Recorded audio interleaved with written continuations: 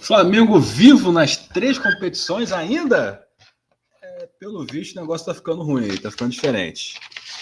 Demos um passo enorme para sair de uma na quarta-feira e hoje demos mais um passo gigantesco para sair da outra. Então, daqui a pouco só vai sobrar a Copa do Brasil, que eu acho que é o que o time mais quer, porque é que paga mais, né? Eu acho que ainda paga mais que paga mais que o Brasileirão, né?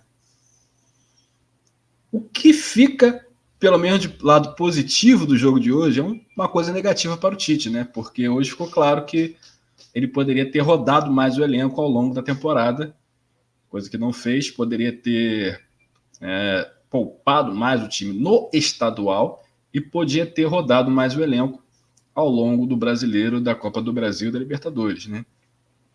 Ao contrário, poupou o time na estreia da Libertadores, mostrando que se importava mais em ganhar o estadual do que começar bem a Libertadores.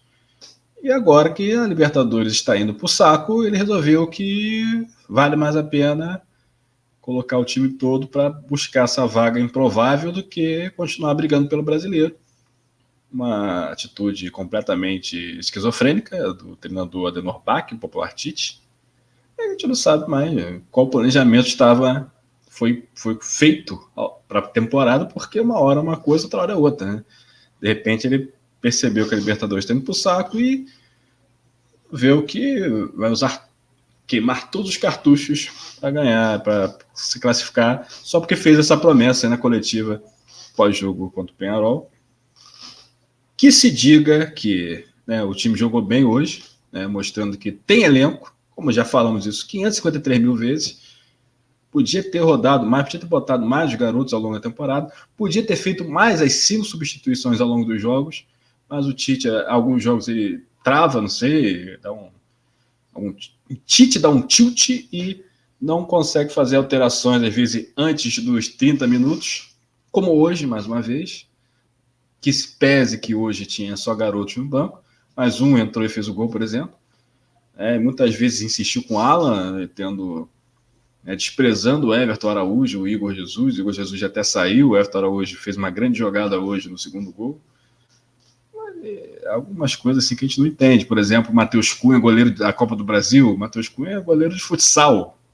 Como goleiro de futebol de campo, fraquíssimo. O rebote que ele deu hoje no segundo gol do Grêmio acho que lembrou os piores momentos daquele goleiro tricolor chamado Fernando Henrique, que o cara chutava no meio campo e ele queria defender com os pés, mostrando que não tinha menor cacuete de goleiro de futebol. Hoje o Matheus Cunha, Mateuranossauro Cunha, segundo alguns, fez a mesma coisa, né? Um lance, baixa. Tá com problema na coluna ele? Não pode abaixar? Então não pode ser goleiro, tá com problema na coluna, não pode ser goleiro, Tem que abaixar e pegar a bola, que a bola para encaixar. Reflexo. Bota para fora. Tira a bola da área. O cara vai e rebate a bola para a área. Um lance bizarro, cara.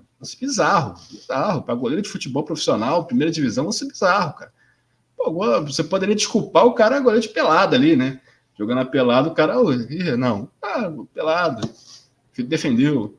Goleiro de futebol profissional, de primeira divisão, de um time que quer ser campeão mundial, vai jogar o Mundialzão ano que vem, esse cara não pode ter no elenco, cara. Esse cara não pode ser goleiro desse time. Bizarro. Não é a primeira vez que ele faz isso, né? Alguns momentos até falaram que salvou, né? Contra o Palmeiras também fez uma defesa parecida, falaram que salvou, né? Loucos, né?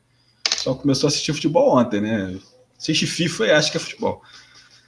Enfim, FIFA Soccer, jogo.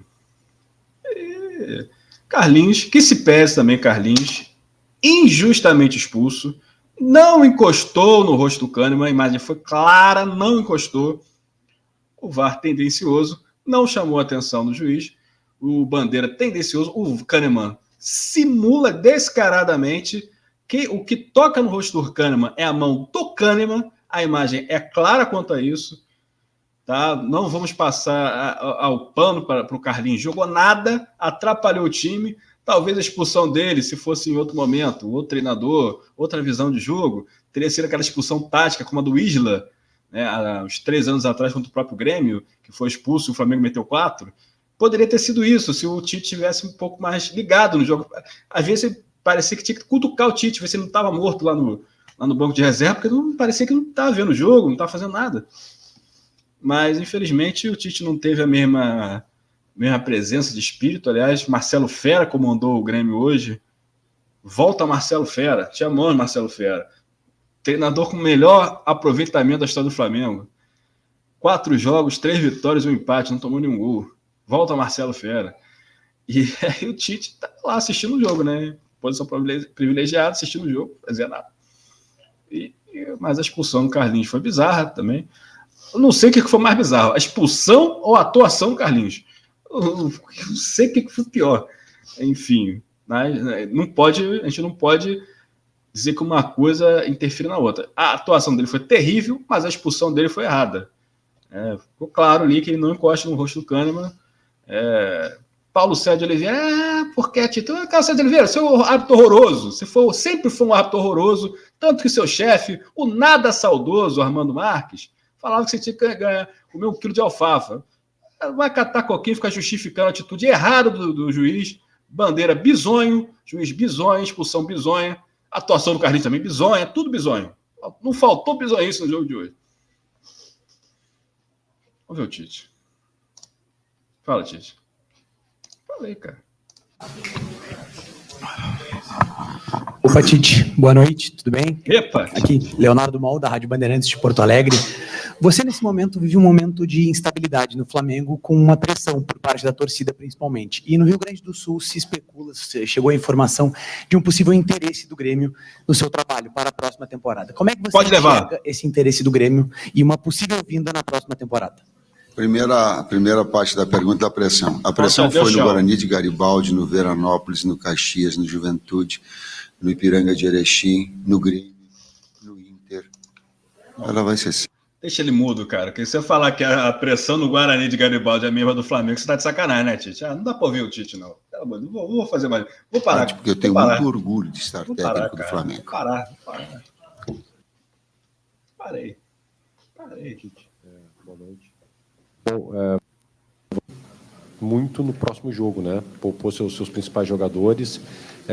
Que análise você faz de hoje, dessa partida aqui, embora o Flamengo não tenha feito uma má partida, né? Dominou até boa parte do jogo, mas acho que você acha, na sua avaliação, que os garotos, de repente, sentiram um pouco a pressão, sentiram um pouco o jogo, e o Flamengo acaba derrotado aqui, e de que forma esse resultado pode influenciar no jogo da quinta-feira da Libertadores? A melhor forma de nós obtermos êxito nessa sequência de jogos de quinta, domingo e quinta, não tinha condições, os outros atletas não iam ter condições. Só percebi isso hoje. Do jogo de hoje, vou ser curto e grosso. O Flamengo jogou, o Grêmio ganhou.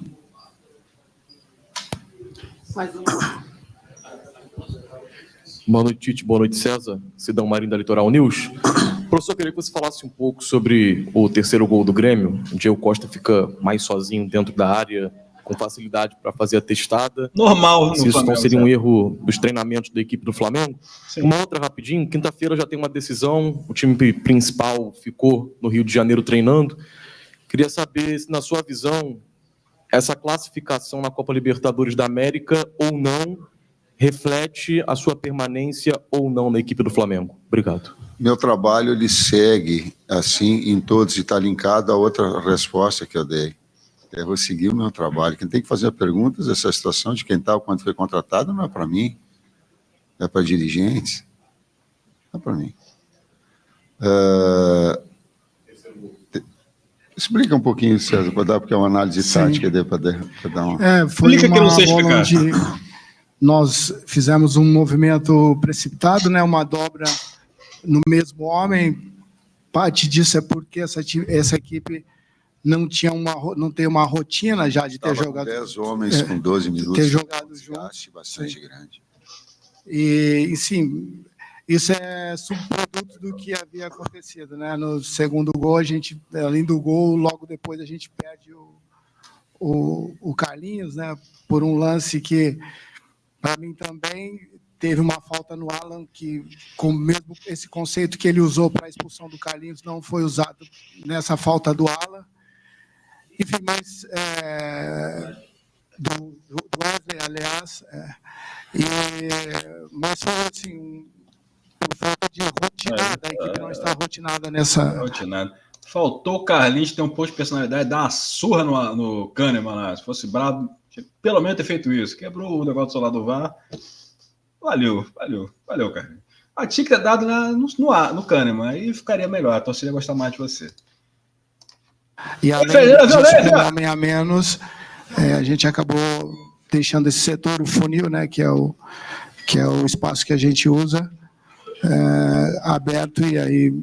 Os homens, o resultado do desempenho não diz o que foi o jogo.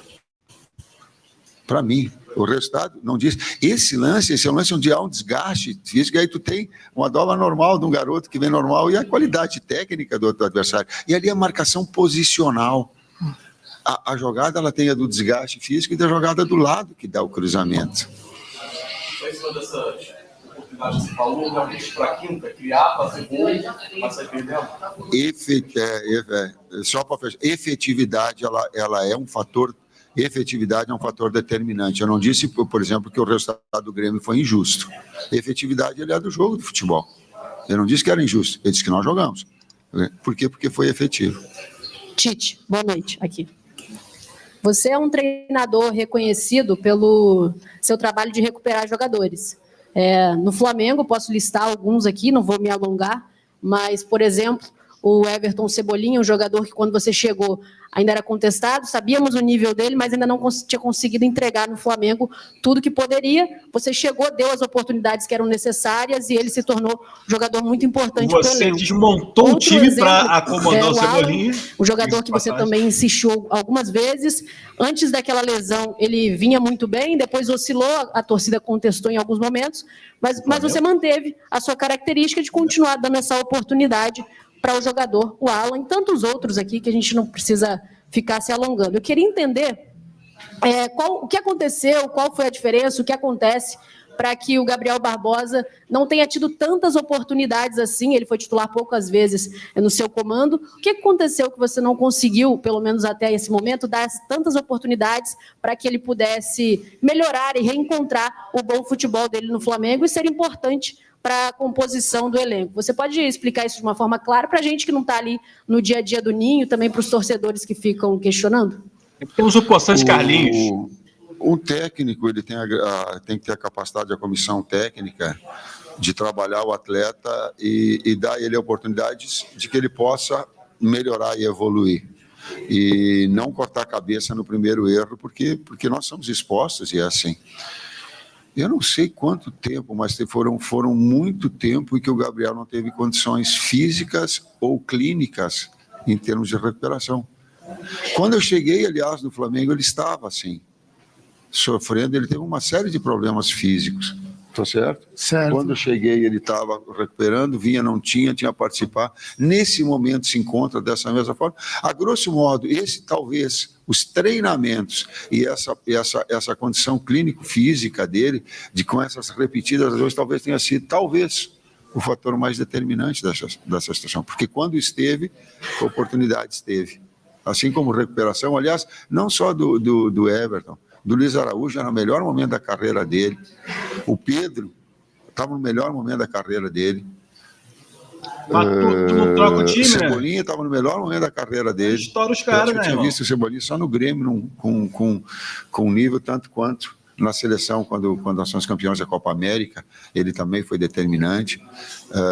E agora, no momento ápice, nós tivemos aí uma infelicidade de poder contar ou não poder contar com jogadores importantes. Isso também interferiu no conjunto todo. Você respondiu? Você tem 5 substituições para fazer por jogo, às vezes você faz 2 ou 3.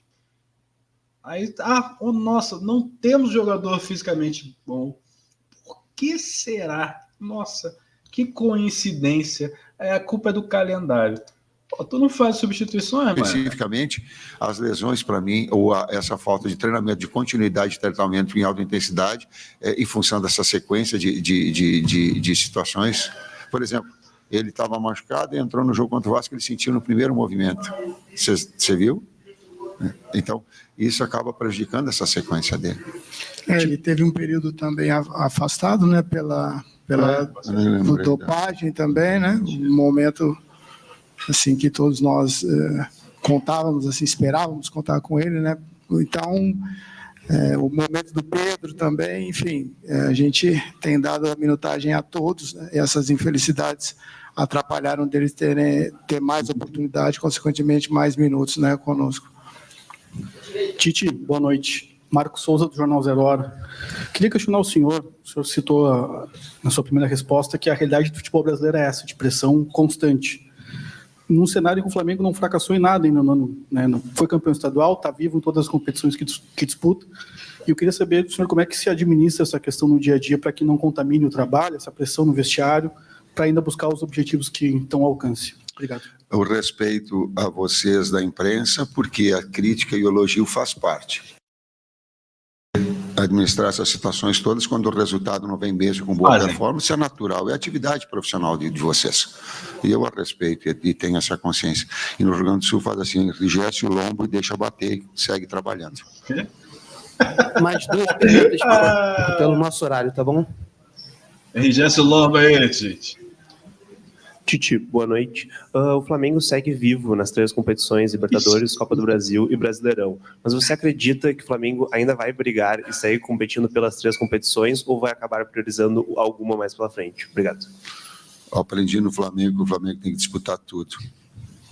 Essa é inquestionável. Inclusive as pressões, elas se dão pela grandeza que tem, natural.